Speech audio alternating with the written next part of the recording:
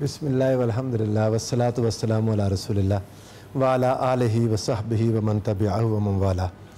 دیکھیں، اگر آپ نے میرے ذمہ میں یہ کام لگا دیا کہ دینی حوالے سے ہم اس کو دیکھیں تو بات وہی ہے کہ ہمارے پاس ایک یارڈ سٹک ہے خلافت راشدہ کی۔ حضور سرور دو عالم صلی اللہ علیہ وآلہ وسلم نے جو ریاست قائم کی،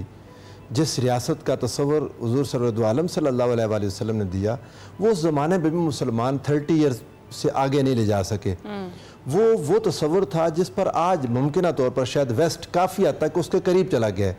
کسی حد تک اس کے قریب ہے، ٹوٹل نہ صحیح، کئی خرابیاں اس میں ابھی بھی، لیکن حضور سرور دو عالم صلی اللہ علیہ وآلہ وسلم نے جو تصور دیا تھا اس میں قانون کی حکمرانی تھی، اس میں آپ میرٹ کی بالادستی تھی، اللہ اور اس کے رسول کے احکام کی پابندی ہر ایک کے لیے تھی، حاکم اور محکوم برابر تھا، حاکم اپنے کیے ہوئے کاموں کا عوام کے سامنے جواب دہ تھا، مسجد میں ایک عام شخص کھڑا ہو کر حاکم پر سوال کر سکتا تھا اور حاکم جواب دہ تھا اس کے سامنے۔ یہ وہ کانسیپٹ تھا جو رسول اللہ صلی اللہ علیہ وآلہ وسلم نے عطا کیا۔ آپ دیکھیں، حضرت ابو بکر، حضرت عمر، حضرت عثمان، مولا علی شیر خدا، یہ اور امام حسن مجتبی علیہ السلام، یہ ان کا زمانہ خلافت راشدہ کہلاتا ہے۔ ان کو لوگوں نے منتخب کیا، لوگوں کی آزاد اکثریت کی رائے سے، اصحاب الرائے اور اصحاب الشورا، جو اصحاب شورا تھے جنہوں نے رسول اللہ کے ساتھ مل کر عام کھلی عوام سے تو رائے لینا ممکن نہیں تھا، کہ جن لوگوں نے حضور سرور دو عالم صلی اللہ علیہ وآلہ وسلم نے جن لوگوں کو تیار کیا تھا، جنہوں نے آقا علیہ السلام کے ساتھ مل کر ایک پرانے سسٹم کو ڈیفیٹ کر کے ایک نیا سسٹم لایا تھا، اوبویسلی وہی اس کے سیف گارڈ کر سکتے تھے۔ عام عوام سے پوچھیں تو ابھی تو کئی لوگوں کی ذہنیت ہی نہیں بدلی تھی، ممکن نہیں تھا ان سے رائے لینا، تو اصحاب الرائے کی مدد سے وہ لوگ منتخب ہوتے تھے اور لوگوں کے سامنے جواب دہ ہوتے تھے۔ میں مشورہ دوں گا، حضرت ابو بکر، حضرت عمر، حضرت عثمان، حضرت علی شیر خدا کا پہلا خطبہ، اور فار دیٹ میٹر آپ امام حسن مجتبی علیہ السلام کا بھی پہلا خطبہ جو آپ نے اپنے خلیفہ منتخب ہونے کے فوراً بعد ایک لائنز دی نا انہوں نے، اگر کوئی انسان ان کو پڑھ لے، ایک چیز سب میں کامن ہے کہ میں تمہیں میں سے ایک ہوں، تم لوگوں نے مجھے منتخب کیا، جب تک میں اللہ اور اس کے رسول کی فرمان کی پیروی کروں تب تک تم نے میری پیروی کرنی ہے، اور اگر میں اللہ اور اس کے رسول کے فرمان سے ڈیویٹ کر جاؤں تو تمہارے اوپر میری بیعت نہیں ہے،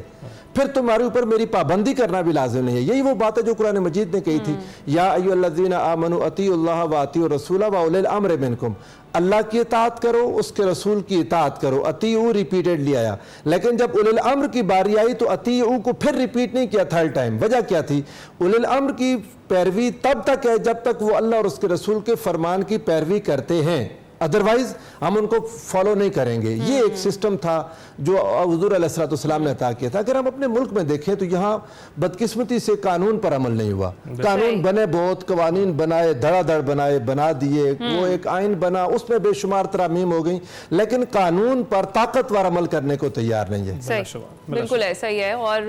ہم ڈسکس کر رہے ہیں جی 77 سال ہو گئے ہیں، پاکستان فلاحی ریاست کب بنے گا؟ 23 مارچ ہم ساتھ ساتھ سیلیبریٹ بھی کریں، ڈیفینیٹلی وہ ہماری بڑی اہمیت کا حامل دن ہے ہمارے لیے۔ ہم ابھی بریک پر جائیں گے، کچھ دیر میں واپس حاضر ہوں گے اور گفتگو کا سلسلہ یہیں سے آگے بڑھائیں گے۔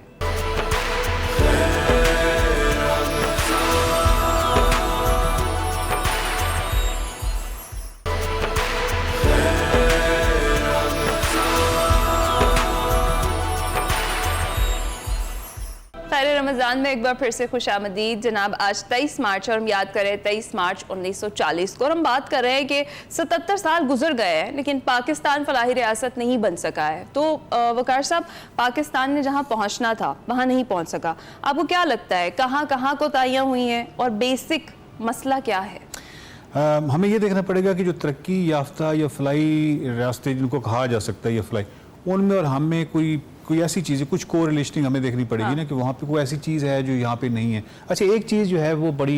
جس نے بڑا اہم کردار ادا کیا ہے، یہ جو ماڈرن، یہ جو پچھلے 200 سال گزرے ہیں یا 150 سال گزرے ہیں، اس میں تعلیم ہے جی، اور اس نے بڑا اہم کردار ادا کیا، کیونکہ تعلیم جب بھی ہم دیکھتے ہیں تو ہمیں 2 حوالوں سے یا 3 حوالوں سے بہت واضح نظر آتا ہے تعلیم کا مقصد کیا ہو سکتا ہے، یہ تعلیم ہوتی کیا ہے۔ ایک تو یہ ہوتا ہے کہ آپ کو ایمپیتھیٹک کرتی ہے، آپ کے اندر ہمدلی کا فروغ ہوتا ہے، آپ دوسروں کے درد کو محسوس کرتے ہیں، یہ وہ تمام چیزیں ہیں۔ اس کے لیے آپ پورا نصاب کے اندر آپ اس میں لٹریچر ہو سکتا ہے، اس میں ٹیلز ہو سکتی ہیں، اس میں اندر شارٹ سٹوریز ہو سکتی ہیں، اس کے اندر ناول ہو سکتا ہے، شاعری ہو سکتی ہے، یہ وہ تمام کی تمام چیزیں وہ ہیں جو کہ آپ کا فروغ دیتی ہیں آپ کی ایمپتھی کو یا ہمدلی کو۔ اور ڈیفینیٹلی پھر آپ پوری سوسائٹی کے اندر جب کسی بھی سوسائٹی میں ہم دلی ہے تو پھر اس کے بعد بات ہی ختم ہو جاتی ہے نا, مطلب ایک خوبصورت معاشرہ بن جاتا ہے. دوسرا جو تعلیم ہے وہ اپنے اکنامکس کے حوالے سے ہوتی ہے کہ آپ نے اپنے آپ کو معاشی طور پہ کیسے اپنے آپ کو کھڑا کرنا ہے. وہ پاکستان کے حوالے سے آپ دیکھیں تو پاکستان میں جو وسائل ہیں لیٹرلی میں بہت عرصے تک اس حوالے سے کنفیوز تھا, میں سمجھتا تھا ہم غریب ملک ہیں, لیکن جب میں نے رویے دیکھے عوامی اور وہ تمام چیزیں تب آئیڈیا ہوا کہ نہیں ہم غریب نہیں ہیں. بیسیکلی یہ تو ایک تو کم علم ہے, یعنی بہت ساری آپ کسی بھی فرد کا مطالعہ کریں نا, وہ ہوتے ہیں نا, ایک وہ ٹیمیں ہوتی تھیں کہ وہ کہتے تھے کہ کوئی کلیم کرے نا کہ اس کے گھر میں کوئی جن اور کوئی ایسا ہے, تو وہ پوری سائنٹیفک اپنے انسٹرومنٹس لے کے نا اس گھر میں جاتی تھی اور وہاں پہ دیکھتے تھے اور پھر بتاتے تھے کہ ایکچولی یہ پرابلم ہے. بالکل اسی طریقے سے یہاں پہ بھی جب غربت کا یا تمام چیزوں کا دیکھا جائے نا تو بہت ساری جو وجوہات جب آپ فائنڈ آؤٹ کرنے کی کوشش کریں گے تو آپ کو معلوم ہوگا کہ وہ کم علمی کی وجہ سے بہت سارا ہے, ورنہ بہت ساری ایسی ویلیو ایڈیشن سے لے کے بہت سارے ایسے پرسپیکٹیو ہیں جہاں پہ آپ گھریلو بجٹ جو ہے اس کو بڑے آرام سے کر سکتے ہیں. تو دوسری جو ہے وہ معاشی حوالے سے ہے کہ آپ کوئی نہ کوئی اپنا پروفیشن اڈاپٹ کرتے ہیں, کوئی اچھا اکنامکس کا. تو تعلیم نے دونوں جگہوں پہ ہمیں ریزلٹس اس طرح نہیں دیے, یعنی وہ معیار تعلیم تو بہت دوسری دور کی بات ہے نہیں, مطلب اس طرح کی سٹینڈرڈ. تو اس کا مطلب ہے کہ ہمیں نصاب میں جا کے دیکھنا پڑے گا. میں آج بھی وہ نصاب کو دیکھتا ہوں, میرے بچے باہر سے پڑھ کے آتے ہیں, مجھے وہ جو ٹاکسک وہ وہاں سے لے کے آتے ہیں نا نصاب سے, اس کو مجھے صاف کرنا ہوتا ہے. کہ مثال کے طور پہ یہ جو نصاب بنا رہے ہوتے ہیں ان کے لیے بڑا آسان ہوتا ہے نا لفظ دشمن کو نصاب میں ڈال دینا. ایک تیسری چوتھی کے بچے کے اس کے اندر دشمن نے یا مکار دشمن یا یہ دشمن, اس کی جو تجسیم کاری ہے, جو سکیمہ بنتا ہے بچے کے اندر, ان کو پتہ ہی نہیں ہے. تو اگر آپ دیکھیں کہ آپ مجھے کوئی کتاب اٹھا کے دیکھ لیں, آپ تیسری چوتھی دوسری, کاظمی صاحب بیٹھے ہیں, کاظمی صاحب میں ان کتابوں کے اندر کم از کم آپ کو 25 سے 30 تعصبات بائسز جو کہ بہت ہی برے کوگنیٹو بائسز ہوں, وہ بائسز آپ کو نکال کے دکھا دوں گا کہ یہ بائسز ہیں. تو اس پہ کیسے آپ کریں گے ایک پازیٹیوٹی اور ایک پازیٹیو ایک پوری کی پوری نسل کو کیسے پروان چڑھیں گے. سو تعلیم ایک تو وہ نصاب کے حد تک وہاں پہ بہت ہی کام خراب ہو رہا ہے, اور دوسرا اس کو ہم نے دوبارہ سے سارا ریکنسیڈر ان چیزوں کرنے کی ضرورت ہے, اور دوسرا آف کورس ریزلٹ اورینٹڈ نہیں ہے اس کی وجہ بھی. تو وفاد آپ کیا کہیں گے کہ ہم جس شہر میں بیٹھے ہیں یہ کالجوں کا شہر بھی کہلاتا ہے, اور ادھر تعلیم بھی بہت عام ہے, گلی گلی میں اسکول دکھائی دیتے ہیں, کالجز موجود ہیں, یونیورسٹیز موجود ہیں, اس کے باوجود اس کی کمی کا شکار کیسے ہو سکتے ہیں ہم؟ کہاں کوتاہیاں آپ کو لگ رہی ہیں بحیثیت قوم ہم کر رہے ہیں؟ جی بڑا اہم سوال ہے. بنیادی طور پہ بات یہ ہے کہ ایجوکیشن سسٹم تو واقعی ہمارا ری ویمپ ہونے والا ہے. آپ ریسرچ کی بات کریں تو کوئی ریسرچ نہیں ہوتی, کوئی نیو نالج کریشن نہیں ہوتی, اور مکھی پہ مکھی مار کے ہم پی ایچ ڈیز ایم فلس پیدا کر رہے ہیں. ڈسرٹیشنز کا ہمارا لیول نہیں ہے. میں آنیسٹلی اور بلنٹلی بات کر رہا ہوں, مطلب خالی ہم اگر وہ نیشنلزم کو پروموٹ کریں گے, اتنے پی ایچ ڈیز ہم نے پیدا کر دیے, اتنے ایم فلس پیدا کر دیے, تو وہ ڈسرٹیشنز کا اور وہ کوئی معیار نہیں ہے ایبسلیوٹلی. لیکن جو وقار بھائی ایک بڑا آرگومنٹ ہمارے سامنے رکھ رہے ہیں, اور اس میں ہم سب کلیکٹیولی مجرم ہیں کہ پاکستانی قوم جو کہ رحمت للعالمین کی ماننے والی ہے, وہ کمپیشنٹ قوم کیوں نہیں بن سکی. یہ اہم سوال ہے, اور اس سوال کا ہمیں جواب دینا ہے. اور یہ بات بھی اپنی جگہ درست ہے کہ دنیا کی جو خارجہ پالیسیز ہوتی ہیں ان کے اندر ہر ملک کا اپنا مفاد ہوتا ہے, اور کہیں نہ کہیں اپوزیشن کا بھی ایک وہ معاملہ چلتا ہے. ہم نے کولڈ وار بھی دیکھی, ایک بائی پولر ورلڈ بھی دیکھی, تو کہیں نہ کہیں دا کانسیپٹ آف اینمی بھی ہے. مگر having said that, collectively as a قوم آپ ایک کمپیشنیٹ قوم بننا چاہتے ہیں, یا کمپیشنیٹ قوم آپ کو ہونا چاہیے تھا. مجھے یوں لگتا ہے ہم بر صغیر میں اسلام کا جو ٹرو کلر تھا نا, وہ جو ٹرو کلر ہے اس کو ہم نے ملیا میٹ کیا ہے بڑی ہی ایک پروگرامنگ اور پلاننگ کے ساتھ. ہمارا بر صغیر کا اسلام ہے, اس پہ میں 2 منٹ آپ کے چاہوں گا. ہمارا بر صغیر کا اسلام ہے صوفیاء کا انسپائرڈ اسلام, وہ ہے داتا غریب نواز کا اسلام, وہ ہے خواجہ غریب نواز کا اسلام. اور یہ صوفیاء جو تھے نا, ان کی صوفی لاجز کے باہر لکھا ہوتا تھا, یہاں پر آنے والے سے اس کا دھرم نہیں پوچھا جاتا, اس کو کھانا کھلایا جاتا ہے. ہمارے اسلام کے اندر مطلب جو سب سے بڑا, یہ میں خود کوٹ نہیں کر رہا, ویسٹرن آتھرز کی بات آپ کے سامنے رکھ رہا ہوں, وہ کہتے ہیں دا گریٹسٹ گرین ریولوشن, اس کو لانچ کرنے والے تھے جناب خواجہ معین الدین چشتی اجمیری. دلی کے اندر آج بھی حضرت نظام الدین اولیاء کی درگاہ ہے, میرا خود جانے کا بھی پڑوسی ملک اتفاق ہوا ہے. وہ جو انفلوئنس ہے ان کا, وہ بیونڈ ٹائم اینڈ سپیس ہے. ادھر آپ کو ایگالیٹیرینزم, مساوات,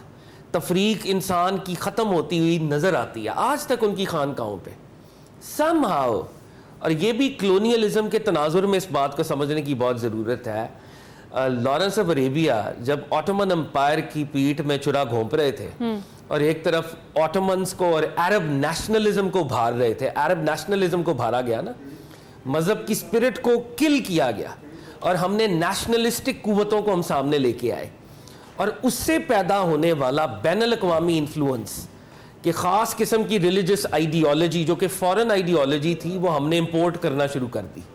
فرقوں کے نام کے اوپر. تو برے صغیر کا جو اسلام کا کلر تھا اس کو ہم نے کرپٹ کیا, کنٹیمینیٹ کیا. قائد اعظم نے کیا فرمایا تھا؟ پاکستان تو اس وقت بن گیا تھا جب پہلا نان مسلم مسلمان ہوا تھا, وہ کس نے کیا تھا؟ وہ ان صوفیہ کرام نے کیا تھا.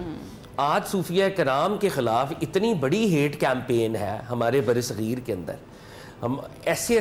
سو کال یوٹیوب اسکالرز آ گئے ہیں جن کو علم ہی نہیں ہے کہ کتنا بڑا ہیریٹیج ہے, کتنے بڑے لوگ ہیں. بلے شاہ کون تھا, وارث شاہ کون تھا, اس کا دھرتی کے ساتھ تعلق کیا ہے, بابا فرید الدین مسعود گنج شکر اپنی شاعری کے اندر کس طرح سے لوگوں کو انسپائر کر رہے ہیں کہ آج سکھ مت اپنی وہ جو گرنتھ صاحب ہے اس کا 1/6 وہ بابا فرید الدین کی شاعری ہے. ٹھیک ہے نا, یہ وہ چیزیں تھیں. اور یہ لوگ فرقہ واریت سے بالا تر, یہ انسان کے جو دیگر بائسز ہیں ان سے بالا تر ایکوالٹی کے لیول کے اوپر بات کر رہے تھے, اور حقیقتاً پروفٹ صلی اللہ علیہ وآلہ وسلم کی رحمت للعالمین کے عکس تھے. We have to go to our indigenous brand of Islam, which is خواجہ صاحب's, داتا صاحب's, خواجہ نظام الدین اولیاء's Islam. We need to go back to it. جو انہوں نے بلے شاہ کے والے سے بات کی, میں بہت عرصہ اس بڑا حیرت میں تھا کہ مجھے بلے شاہ اور شاہ حسین اور یہ لوگ سمجھ نہیں آتے. اس کی وجہ یہ کہ یہ مطلب میں نے تعصبات کو شکست دی, میں نے خوف کو شکست دی, لیکن وہ اس کے پیچھے بہت ساری کتابیں ہو سکتی ہیں, اس میں بہت سارے فہد صاحب کے جیسے بہت سارے دوست ہو سکتے ہیں, بہت ساری ایسی چیزیں ہو سکتی ہیں, بہت سارے ہو سکتا ہے فہد صاحب نے کسی محفل میں میرے نظریات کو چیلنج کیا ہو, مجھے دوبارہ سے سوچنے کا موقع ملا ہو, یہ تمام چیزیں ہوتی رہیں. بابا بلے شاہ کو میں جب کسی جھوک پہ یا ڈھوک پہ کسی ایسی جگہ پہ دیکھتا ہوں, اور میں یہ دیکھتا ہوں کہ وہ فکر کے حوالے سے ایک ایسی جگہ پہ کھڑے ہوئے ہیں جہاں پہ وہ ان تعصبات سے, اور یہ جو اسپیشلی جو عقلی اور ٹرکی تعصبات ہوتے ہیں, ان سے وہ بہت بالا چلے گئے. مجھے سمجھ نہیں آتی کہ یار ہماری تو کچھ بیسز نظر آتی ہیں نا, میں تو دیکھتا ہوں کہ یار پچھلے ہو سکتا ہے کہ میں 100-150 کتابوں کے نام لینا چاہوں, یا اس میں سوشل میڈیا کو بھی ڈالنا چاہوں, اس میں بہت ساری ایسی چیزیں بھی ڈالنا چاہوں. تو وہ کس قدر ذہین لوگ تھے کہ جو ایک جگہ پہ بیٹھ کے, اس پہ تو مطلب یہ ہو سکتا ہے کہ فہد صاحب بھی بہتر بتائیں کہ یہ اتنا ایکسٹراڈنری بھگت کبیر سے لے کے اور یہ پوری جو ایک لیگسی ہے اتنی انٹیلیجنٹ, بلکہ لوگ کہتے ہیں کہ ابھی سیکولرزم, یہ اس کو آپ دیتے ہیں نا, یورپ کو یہ دیتے ہیں کہ یورپ میں سیکولرزم, سیکولر تھاٹس تو بھگت کبیر اور یعنی 14ویں صدی اور اس کے بعد ہماری ایک صوفی روایت کا حصہ رہی ہے. بالکل. یہ وقار صاحب ضروری بھی ہے کیونکہ عموماً لوگ جب مثال دیتے ہیں تو کہ باہر کے اسکالرس کی مثال دے رہے ہوتے ہیں, کسی شاعر کی مثال دے رہے ہوتے ہیں, مصنف کی, اور اس میں پراؤڈ فیل کیا جاتا ہے. تو یہ بھی کلونیلزم کی جو ہے نا اثرات ہی ہیں جس کی وجہ سے ہمیں اپنے ہیروز یاد نہیں رہتے.